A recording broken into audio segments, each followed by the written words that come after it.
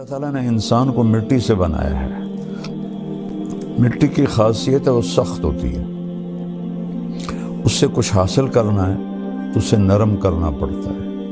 میں خاندانی ذمہ دار طبقے سے تعلق رکھتا ہوں اور بچپن سے ذمہ دارہ ہوتا دیکھا، خود بھی کیا۔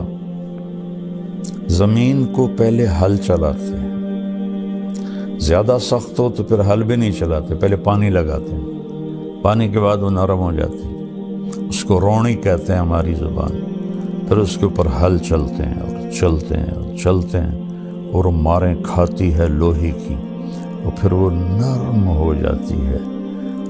وہ نرمی اس کے اندر یہ طاقت پیدا کرتی ہے کہ جو مرضی اگا لو، کپاس اگا لو، گنا اگا لو، گندم اگا لو، مکی اگا لو، آلو اگا لو، یہی بڑی فصلیں ہیں ہمارے ملک میں۔ اور باغ لگا لو، آم کا، مالٹے کا، کنو کا، انار کا، امرود کا، یہ سارے ہمارے ہاں ہیں اللہ کے فضل سے۔ تو جو مرضی اگا لو، لیکن اگر وہ سخت ہے تو اس میں بیج پر پورا قرآن پڑھ کے بھی ڈالو گے نا، نہیں نکلے گا۔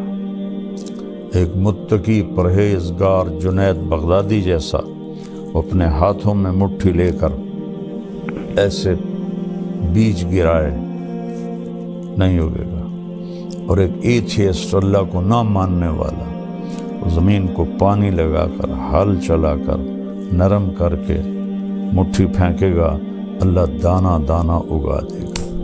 تو اگر اس جسم سے نفع لینا ہے اپنے لیے اور اوروں کو نفع پہنچانے کے لیے، تو یہاں اللہ نے ہمیں اپنے نبی کی ایک صفت بتائی ہے، اور وہ ہے نرمی۔ نرم ہونا پڑے گا ماں باپ کے ساتھ، بیوی کے ساتھ، بچوں کے ساتھ، بہن بھائیوں کے ساتھ، دوستوں کے ساتھ۔ کہیں جھگڑا بھی ہو جاتا ہے تو گالی نہ نکلے، بدتمیزی کا جملہ نہ نکلے۔ میں اللہ کے احسان کے طور پہ بتا رہا ہوں، اللہ مجھے تکبر سے بچائے، اللہ مجھے بڑے بول سے بچائے۔ 1971 سے اللہ نے مجھے اس راستے پہ چلایا۔ میں اپنی وجہ سے کبھی کسی پہ ناراض نہیں ہوں کہ اس نے میرے ساتھ یہ کر دیا تو اب میں اس سے ٹکر لے رہا ہوں۔ اللہ نے مجھے اس سے ساری زندگی بچایا۔ ایسا نہیں کہ غصہ نہیں آتا ہے، ہمارے نبی پاک صلی اللہ علیہ وسلم کو بھی غصہ آ جاتا تھا۔ اللہ نے انسان کے اندر رکھا ہے۔ آپ کا چہرہ ایسے غصے سے سرخ ہو جاتا تھا، لیکن آپ اس کا اظہار نہیں فرماتے تھے، پی جاتے تھے۔ نہ کر لبوں کو سی، زخم بے زخم کھا کے جی، اپنے لہو کے گھونٹ پی، آگے قدم پڑا ہے جا، سینے پہ تیر کھائے جا، یعنی زبان حال سے کہہ دے کہ ہاں ستائے جا۔ ادھر آ ستم گر ہنر آزمائے، تو تیر آزما ہم جگر آزمائے۔ تو غصہ آنا کھوتوں نے غصہ آ جاندہ، ٹیٹنے ماردہ ہے۔ غصہ آنا فطری چیز ہے، پی جانا، دبا جانا، یہ انسانیت ہے۔ اور یہ چیز پانی ہے، یہ آپ کے پورے وجود کی سختی کو نرمی میں تبدیل کر دے گی، اور آپ لوگوں کے محبوب بنیں گے، ماں باپ کے محبوب بنیں گے، بیوی کے محبوب بنیں گے، بچوں کے محبوب بنیں گے، اللہ اور اللہ کے رسول کے محبوب بنیں گے۔ تو اللہ فرما رہا ہے میرے محبوب، میری بہت بڑی رحمت آپ پہ آئی۔ اللہ نے اپنے نبی پر احسان جتلائے ہیں قرآن میں۔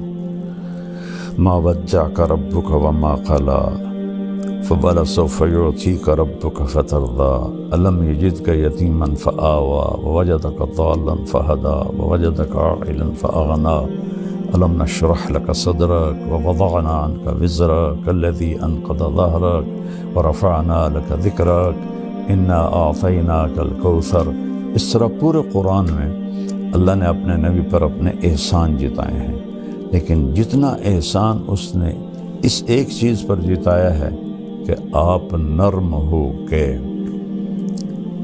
ایسا کسی جگہ بھی نہیں جتایا۔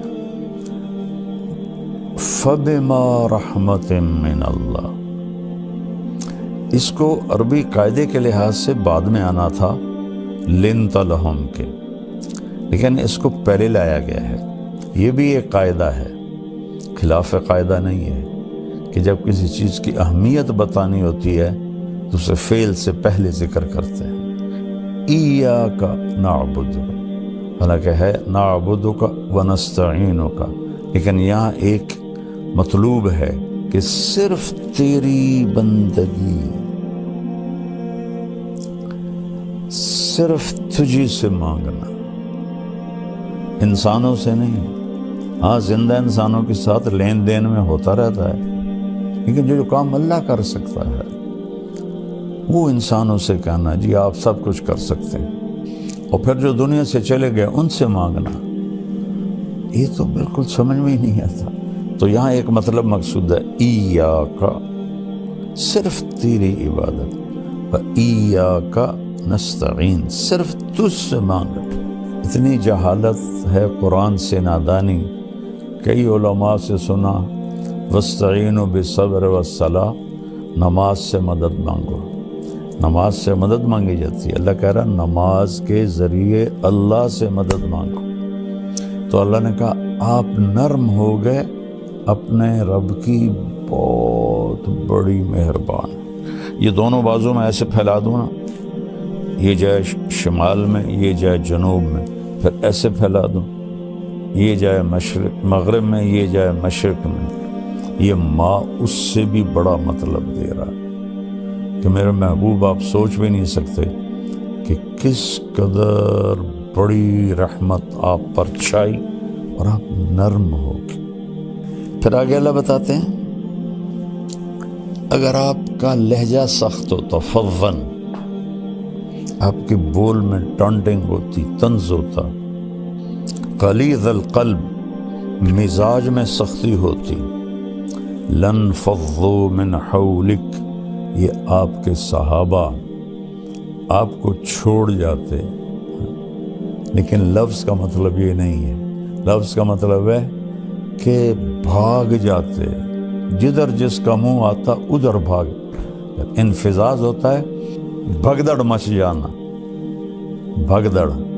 ہماری جماعت تھی ناران میں، تو وہاں ایک جامع مسجد ہے، تو اس میں ایک ہمارے ساتھی بیان کر رہے تھے، اور وہ تھوڑا نا ان کی ایک ٹانگ کمزور ہے تو وہ بڑا آہستہ چلتے تھے ایسے ایسے، اور ایک ساتھی تھے وہ موٹے بہت ہو گئے تھے، تو ان کو ایک ساتھی پکڑ کے لاتا تھا اور کرسی پہ بٹھاتا تھا، خود چل نہیں سکتے تھے، ایک ہاتھ میں سوٹی، ایک ہاتھ دوسرے کے ہاتھ۔ تو وہاں آ گیا زلزلہ، در در در در در در در۔ وہ جو ساتھی ممبر پر بیٹھا تھا اور چلنے میں کمزور تھا، اس نے ایسا ہائی جمپ لگایا کہ سب سے آگے بھاگ رہا تھا، اور وہ ہمارے بھائی جو اس کو ایک ہاتھ سے لاٹھی، ایک ہاتھ دوسرے کے ہاتھ میں، انہوں نے ایسے جمپ لگایا اور وہ بھی سب سے آگے جا رہے، اور لوگ ایک دوسرے کے اوپر گرتے ہوئے نکل رہے۔ اللہ نے فضل فرمایا وہ تھوڑا سا جھٹکا تھا۔ اس کو کہتے ہیں عربی میں انفزاز، لَانْفَضُّوا مِنْ حَوْلِكَ، یہ آپ کو چھوڑ کے بھگدڑ مچ جاتی اگر یہ زبان کا بول سخت ہوتا اور مزاج میں سختی ہوتی۔ کون؟ رضی اللہ عنہ، جن کو اللہ کہہ رہا ہے میں ان سے راضی ہو گیا، جن کو اللہ کہہ رہا ہے کُلًّا وعد اللہ الحسنى۔